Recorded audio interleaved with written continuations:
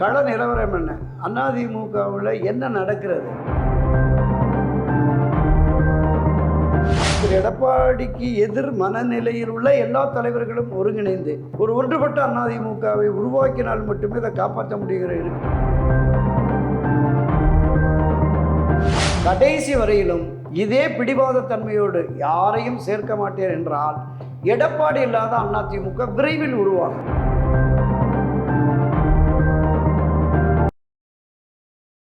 OH Tamil பார்வையாளர்களுக்கு வணக்கம். இன்றைய நேர்காணலில் நம்முடன் மூத்த அரசியல் பத்திரிகையாளர், அரசியல் திறனாய்வாளர் திரு துரை கருணா அவர்கள். சார் வணக்கம். வணக்கம் சார். சார், அதிமுகவில் நடக்கிற நிகழ்வுகள் நீங்கள் தொடர்ச்சியாக பார்த்துட்டு இருப்பீங்க. எதை நோக்கி சார் அது போயிட்டு இருக்கு? அனைத்து இந்திய அண்ணா திராவிட முன்னேற்ற கழகம் கடந்த 52-53 ஆண்டுகளாக சந்தித்திராத ஒரு சோதனையான காலகட்டம் அப்படின்னு தான் நம்ம பார்க்குறோம். 2024 நாடாளுமன்ற தேர்தலுக்கு பிறகு அது ஒரு பெரிய சரிவு. ஏற்குரிய எடப்பாடி பழனிசாமி ஒற்றை தலைமை வந்ததற்கு பிறகு தொடர் தோல்விகள் நடந்ததுங்கிறது நம்ம இன்னுமே அதை பொதுவெளிகளில் விமர்சனம் பண்ணிகிட்டு இருக்கோம். அதை தாண்டி 2024 நாடாளுமன்ற தேர்தல் தோல்வி என்பது எல்லோரையுமே சிந்திக்க வைத்தது.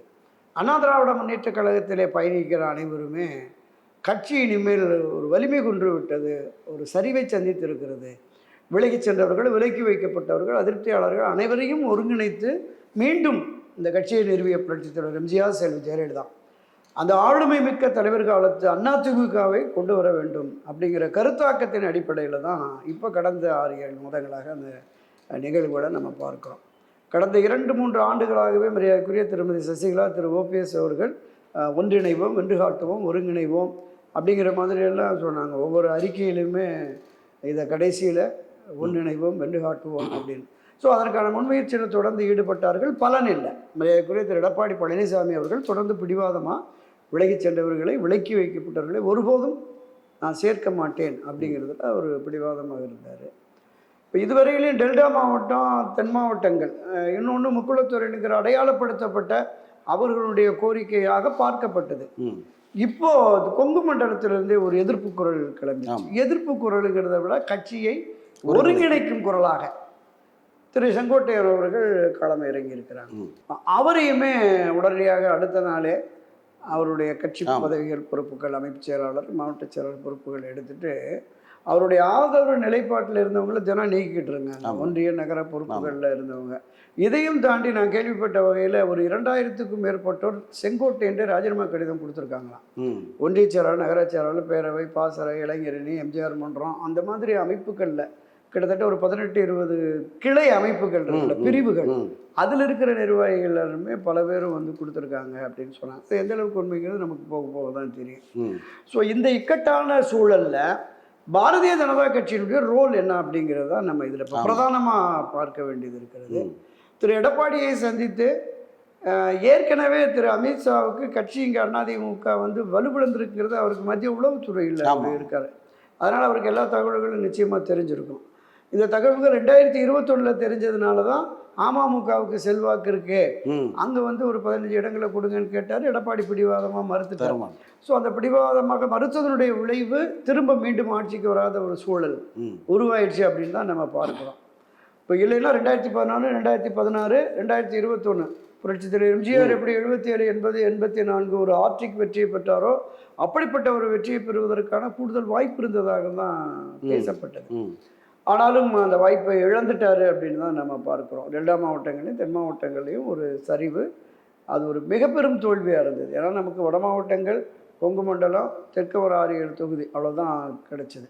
ஸோ அது கூட 2016ஆம் ஆண்டு செல்வி ஜெயலலிதா இருந்த பொழுது 51 தொகுதிகள் அந்த கொங்கு மண்டலத்தில் வெற்றி பெற்ற தொகுதிகளில் தான் மீண்டும் வெற்றி கிடைச்சிருக்கு. ஒரு 14 தொகுதி தான் திரு எடப்பாடியின் முயற்சியால் கிடைத்ததாக தான் நமக்கு தெரிகிறது. இதில் என்ன ஒரு மிகப்பெரிய விஷயம்னா, சென்னை, செங்கல்பட்டு, திருவள்ளூர், காஞ்சிபுரம் இந்த 4 மாவட்டங்களில் ஒரே ஒரு பெண் MLA Maragatham Kumaravel was out. தலைநகரத்தில் இங்கே இல்லை, சென்னையில் இல்லை, செங்கல்பட்டில் இல்லை, திருவள்ளூர், காஞ்சிபுரத்தில் ஒரே ஒரு பெண் எம்எல்ஏ. அந்த மானத்தை காப்பாற்றுனாங்க அதிமுக. ஆக இந்த சரிவிலிருந்து மீட்டெடுக்க வேண்டும் என்று தான் செங்கோட்டை உட்பட 6 பேர், திருமதி சசிகலா, திரு OPS அவர்கள் தொடர்ந்து ஒரு 3-4 ஆண்டுகளாக சொல்லிட்டு வர்றாங்க.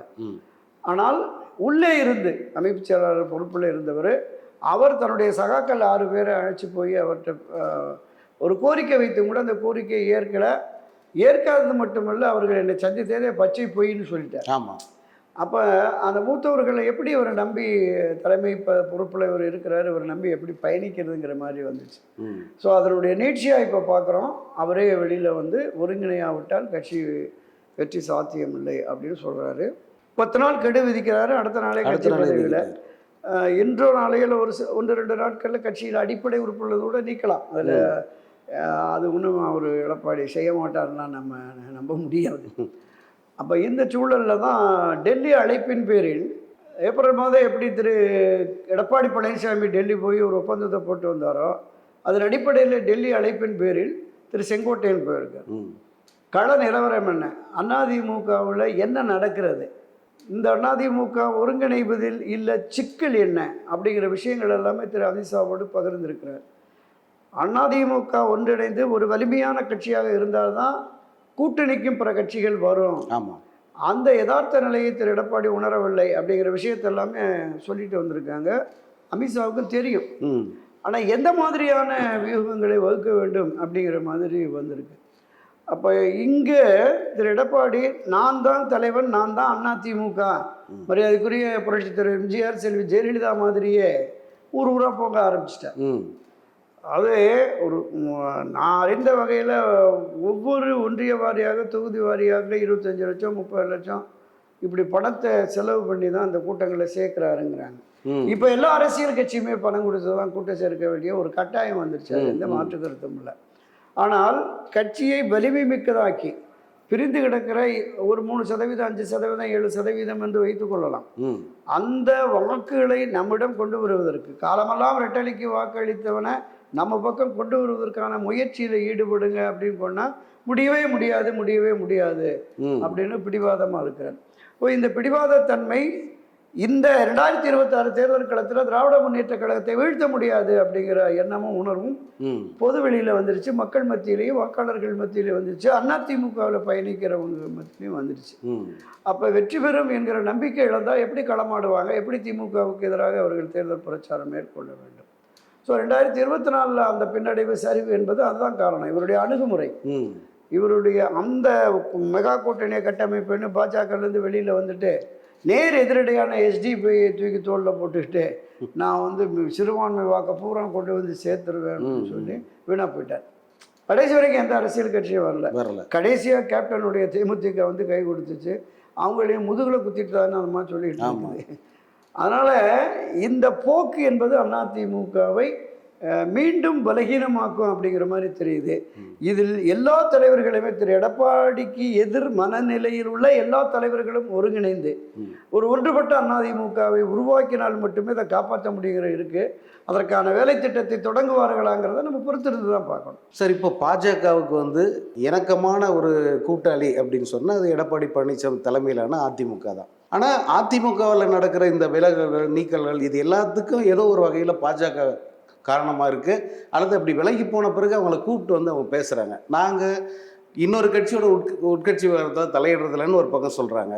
ஆனால் நேரடியாகவே தலையிட்டு இப்போ செங்கோட்டையனை கூப்பிட்டு வச்சு அவங்க பேசுகிறாங்க. இது வந்து ஒரு வகையில் எடப்பாடியை வந்து சீன்ற மாதிரி அல்லது எடப்பாடி இந்த கூட்டணியை விட்டு விலகி போகிற மாதிரியான ஒரு சூழலை ஏற்படுத்தாதா? இல்லை, 2017ஆம் ஆண்டு அதிமுகவில் ஒரு சிக்கல் வந்ததில்ல. 2016 டிசம்பரில் செல்வி ஜெயலலிதா மறைவுக்கு பிறகு அந்த சிக்கலை தீர்ப்பதற்கு பாஜக தான் தலையிட்டது இல்லையா? அந்த முதல் தர்ம திட்ட முடிவுக்கு கொண்டு வந்து திரு ஓபிஎஸ் ஆதரவு நிலையில் இருந்த அந்த 11-12 எம்எல்ஏக்கள் ஆதரவு தெரிவித்ததுனால தான் திரு எடப்பாடி 4.5 வருஷம் முதலமைச்சராக இருக்க முடிஞ்சது. ஸோ அந்த அளவுக்கு அவங்க உடன்பட்டு தான் போனாங்க பாரதிய ஜனதா கட்சி. அன்றைக்கும் ஏற்பட்டது உட்கட்சி பிரச்சனை தான். ஸோ அதை தீர்த்து அதிமுகவை ஒரு சரியான திசை வெளியில் கொண்டு செல்வதற்கு பாஜகவினுடைய தயவு தேவைப்பட்டது. இப்போ இன்றைக்கும் இங்கே இருக்கிற கள நிலவரம் அதே நிலை தான். அன்றைக்கு ஓபிஎஸ்ஸை சமாதானப்படுத்தி ஓபிஎஸ் இபிஎஸ்ஸை கரங்கோர்க்க வைத்தார்கள். இன்று இபிஎஸ்ஸை சமாதானப்படுத்தி மீண்டும் இபிஎஸ் ஓபிஎஸ் கே செங்கோட்டையன் இவர்களெல்லாம் ஒருங்கிணைந்தால்தான் வெற்றி பெற முடியும் என்பதும் பாஜகவினுடைய கணக்காக தான் இருக்கிறது. குறிப்பாக நீங்கள் கேட்ட மாதிரி திரு எடப்பாடி பழனிசாமி மீது பாஜகவுக்கு நம்பிக்கை இல்லை. இவருடைய அந்த கடந்த கால அவருடைய அணுகுமுறை செயல்பாடுகள் இன்றைக்கு வரைக்கும் அவருடைய அந்த அணுகுமுறை என்பது அரசியல் நடைமுறை, அந்த வியூகம் வகுப்பது, இது எல்லாமே அவங்களுக்கு சரியான இது இல்லை. இவர் ஒரு சரியான மனிதராக நம்பத்தகுந்தவராக இல்லை அப்படிங்கிற மாதிரியான பார்வை வந்துச்சு. நான் பாஜக மத்திய தலைமையில் இருக்கிற 1-2 நண்பர்களோடும் மாநில பாஜக நண்பர்களோடும் நான் பேசினேன். அவங்க இந்த கருத்தை வெளிப்படையாகவே சொன்னாங்க. இங்கே பாரதிய ஜனதா கட்சியோடு போய் ஏப்ரல் மாதம் உடன்பாடுன்னு சொல்லி போட்டுட்டு வந்துட்டு இங்கே டெல்லியிலையும் சொல்லலை, இங்கேயும் சொல்லலை. சரி, ஏதோ ஒரு வழியாக பாஜக அழுத்தம் கொடுத்து அறிவிச்சிட்டாங்க, இவரும் அறிவிச்சிட்டு வந்துட்டார்.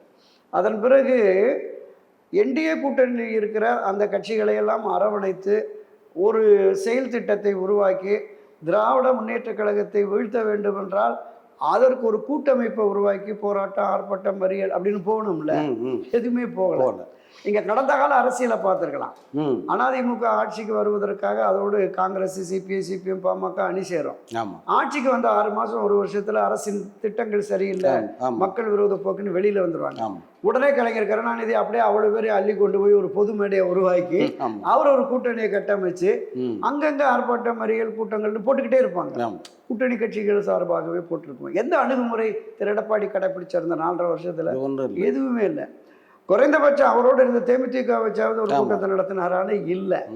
அப்ப இந்த போக்கு இருக்குல்ல, இப்ப அவங்கள்ட்ட போட்டுட்டு என்டிஏவில் இருக்கிற ஆட்கள்கிட்டையும் பேசல, இங்க அதிமுகவிலிருந்து வெளியேறியவர்களையும் இணைக்கல. இது ஊரா போயிட்டு என்ன சொல்றாரு, பாஜகவுக்கு சித்தாந்த எதிரியாக, கொள்கை எதிரியாக வெளியில இருக்கிறவங்களை பூரா கூப்பிடுறாரு.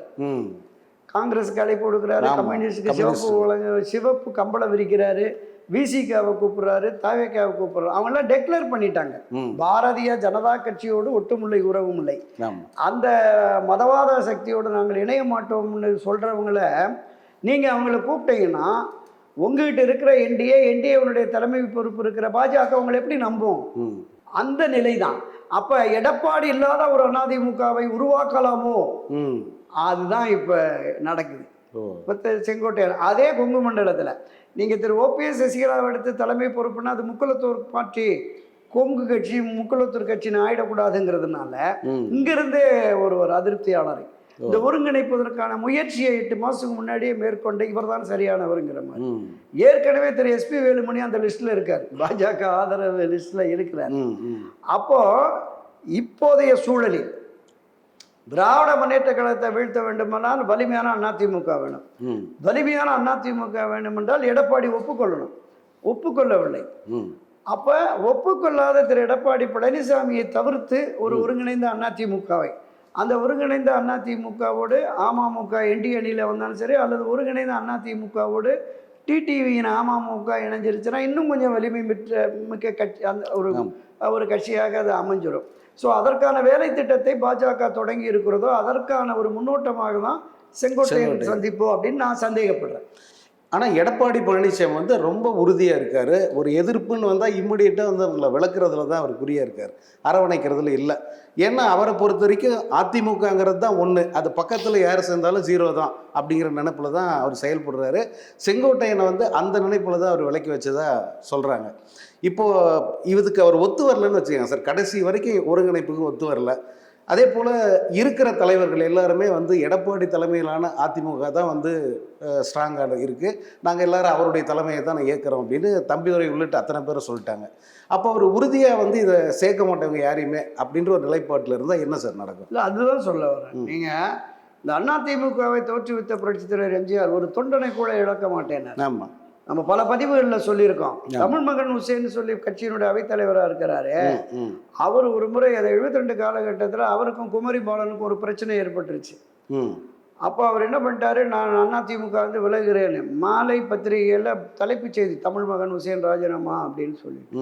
அப்போ தலைவர் எம்ஜிஆர் வந்து அங்கே மைசூரில் ஒரு ஷூட்டிங்கில் இருக்கார்.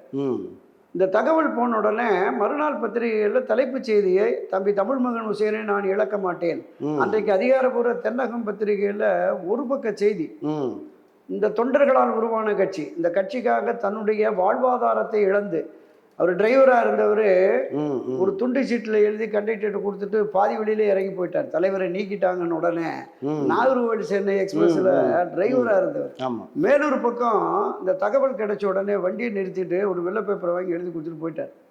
அப்புறம் இன்னொரு டிரைவரை கூப்பிட்டு கொண்டு போய் சேர்த்தாங்க. அது வேறு விஷயம். அப்படி தன்னுடைய வாழ்வாதாரத்தை இழந்து எனக்காக வந்து அந்த தம்பியை இழக்க மாட்டேன்னு சொன்னார். தொண்டர்கள் மீது அவருக்கு ஈடுபாடு. அதாவது எந்த அளவுக்கு தொண்டர்களை அரவணைச்சாருங்கிறது ஒன்று ரெண்டு விஷயங்களை மட்டும் சொல்லிடுறேன். ஆத்தூர் ஜெகநாதன்னு சேலம் மாவட்டத்தில் ஒன்றிய செயலாளர், அவர் தியேட்டர் வச்சு நடத்துகிறார். அங்கே ஏதோ முறைகேடு நடந்துருச்சு, தகவல் தெரிஞ்சோடனே தலைவர் கட்சியை விட்டு வெளியேற்றிட்டார். அவர் மறுநாள் காலையில் தோட்டத்தில் வந்துட்டு, அண்ணே நான் ஒன்றுமே செய்யலைண்ணே, கட்சியை விட்டு என்னை ஒன்றிய செயலர் பொறுப்பு வந்து எடுத்துட்டீங்கன்னு. அப்போ நீ என்ன செஞ்சேன்னு உனக்கு எனக்கு தான் தெரியும், போய் சாப்பிட பேசிக்குவோம் அப்படிங்கிறாரு. வந்தவர் அவர் போய் சாப்பிட்றாரு. அந்த சாப்பாட்டு கூடத்தில் கேஏகே, நம்ம சௌந்தரபாண்டியன், திருச்சி ஆர் சவுந்தரராஜன், அது மாதிரி 4-5 நிர்வாகிகள் இருக்காங்க. தலைவரும் வர்றார். அவர் எதிர்த்த மாதிரி ஆத்தூர் ஜெகநாதன் உட்காந்து சாப்பிட்றாரு. கேஏகே கேட்குறார், அவர் தான் அமைப்பு செயலராக இருந்தார். ஆனால் இவரை நேற்று தான் கட்சியை விட்டு வெளியேற்றி கட்சியினுடைய உறுப்பினர்கள் நிர்வாகிகள் யாரும் அவரோட எந்தவித தொடர்பும் வைத்துக் கொள்ளக்கூடாதுன்னு இப்போ வாங்கி உட்கார வச்சு சாப்பாடு போட்டுக்கிட்டு இருக்கீங்கன்னு கேட்குறாரு. அப்போ தலைவர் எம்ஜிஆர் சொல்கிறார், நேற்று வெளியேற்றினது ஒன்றிய செயலர் ஜெகநாதன், இப்போ சாப்பிட்றது என் தம்பி ஜெகநாதன், ஒரு தொண்டனை. அவன் அப்படியே கதறி அழுதுட்டான், நான் வாழ்நாளில் எனக்கு உங்கள் இடத்துல எப்படி இருக்குன்னு சொல்லிட்டு. அதுதான் அவருடைய நேச்சர். அதே மாதிரி மருதாச்சலம், கோவை மருதாச்சலம் சொல்லிட்டு ஒரு எம்எல்ஏ இருந்தார். ஆனால் இங்கே தாசில்தார் பிடிஓ எவனும் மதிக்க மாட்டேங்கிறான்னு, ஒரு பேப்பரை கொடுத்தா கூட பண்ண மாட்டேங்கிறேன்னு சொல்லிட்டு போய் புலம்பி இருக்கிறார். உடனே நான் அடுத்த வாரம் வர்றேன், பார்த்துக்குவோம், ஊருக்கு போன்னு சொல்லி அனுப்பிச்சுடுறார். அதே மாதிரி அடுத்த வாரம் போகிறார். போயிட்டு கூட்டங்கள்லாம் முடிச்சுட்டு விமானத்தில் ஏற போகிறார். இவர் பின்னாடியே எல்லா நிகழ்ச்சியும் முடிச்சுட்டு, அண்ணே ஒன்றுமே சொல்லி வா அப்படின்னு கூப்பிட்டு ஒரு 20 அடி தூரம் ஒரு நூற்றுக்கணக்கான தொண்டர்கள் நிர்வாகிகள் அங்கே நிற்கிறாங்க. அவர் தோளில் கை போட்டு மருதாச்சலத்தை 20 அடி தூரம் அழைச்சிட்டு போகிறார். அவர் காதில் ஏதோ ஒரு விஷயத்த சொல்லிட்டு, நான் பார்த்துக்கிறேன்னு சொல்லிட்டு விமானம் ஏறி போயிட்டார். அந்த மருதாச்சலத்துக்கு ஒரு காது சரியாக கேட்காது. இவர் என்ன சொன்னது தெரியல. இவர் தலைவர் எம்ஜிஆர் போன உடனே இருந்த ஆட்கள் மொத்த பேரும் திரட்டிட்டாங்க. தலைவருக்கு போட முடியாத அந்த சால்வை துண்டு லேட்டாக வந்த முறை இவனுக்கு போட்டுட்டு கட்டி பிடிச்சி, ஐயா என்ன சொன்னார், தலைவர் என்ன சொல்கிறார், எப்பா எனக்கு சரியாக கேட்கலாம், நான் அந்த நைட்டு ஃப்ளைட் இது எடுத்துகிட்டு நான் போகிறேன், போய் ரயிலில் ஏறியாவது போய் காலையில் கேட்டு வரேன் அப்படின்னு சொன்னாரான். உடனே நேராக ட்ரெயினை பிடிச்சி காலையிலே அங்கே போயிட்டாரான். தலைவர் பார்த்துட்டு, என்ன நேற்று அங்கே பார்த்து அப்படின்னாரு. ஒன்றும் சொல்லலை, நான் கேட்கல, சரி சரி நான் வந்ததுக்கு பின்னாடி என்ன நடந்தது அப்படின்னாரு. அண்ணா இங்கே இருந்த கலெக்டர் தாசில்தார் அந்த அதிகாரிகள் பூரா கை கொடுத்துறானே, வணக்கம் சொன்னானே, நம்ம கட்சிக்காரங்க பாருங்க அவங்களுக்கு 40-50 துண்டு சால்வை எல்லாம் விழுந்துருச்சு அப்படின்னு. நீ என்ன சொன்னானே, அதைத்தானே எதிர்பார்த்து, யாரும் மறிக்கல அப்படின்னு சொன்னேன், வந்துருச்சா போ அதுதான் அப்படின்னா. அப்படி தொண்டர்களை மதிக்கிற ஒரு பாங்கு. 77 ஆட்சிக்கு வந்தாச்சு. 6 மாதத்தில் ஒருத்த நாளில் ஒரு கூட்டம், பொதுக்கூட்டம். எஸ்டி செல்லையா, எஸ்ஆர் ராதா, குளச்செல்லையா, எஸ்டிஎஸ் எல்லாம் உட்காந்து பேசிகிட்டு இருக்காங்க. உடனே தலைவர் என்ன பண்ணியிருக்காரு, ஒரு 50-60 தூரத்தில் ஒருத்தர் தோளில் துண்டு போட்டு நின்றுட்டு இருக்கார். தன்னுடைய பாதுகாப்பு அதிகாரியை கூப்பிட்டு அவரை கூப்பிட்டு வாங்குறாரு. கூப்பிட்டு உடனே அவர் சொல்கிறாரு, இப்போ தான் வயலுக்கு போயிட்டு வந்தேன், பூரா சேருங்கிரமாக இருக்கு, நான் குளிச்சுட்டு வீட்டில் போய் தலைவர் தங்குற இடத்துல கெஸ்ட் ஹவுஸில் போய் பார்த்துக்கிறேன் அப்படின்னு. அவன் பிஎஸ்ஓ சார் அவங்க கூப்பிட்டாரா, நீங்கள் வரலைன்னா எனக்கு வேலை போயிட்டு சார் வாங்கன்னு கூப்பிட்டு வந்துட்டான்.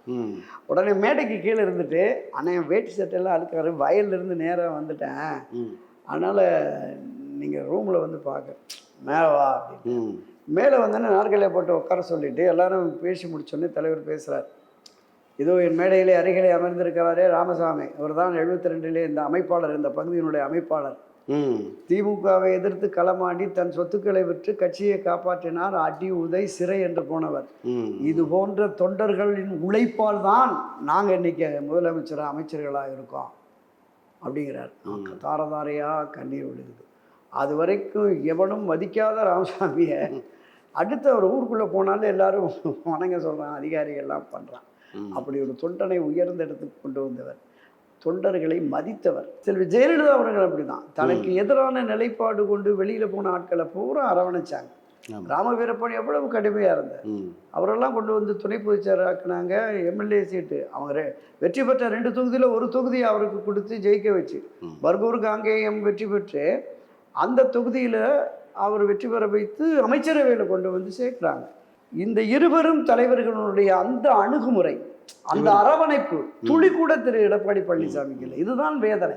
அதாவது ஒரு உயர் பொறுப்புக்கு வந்துட்டா அந்த பொறுப்பு வந்து அனைவரையும் அரவணைத்து செல்லுகிற நிலைப்பாடு தான் அந்த கட்சி வளர்ச்சி பாதையில் போகும், வெற்றியை நோக்கி அந்த கட்சியை அழைத்து செல்ல முடியும்.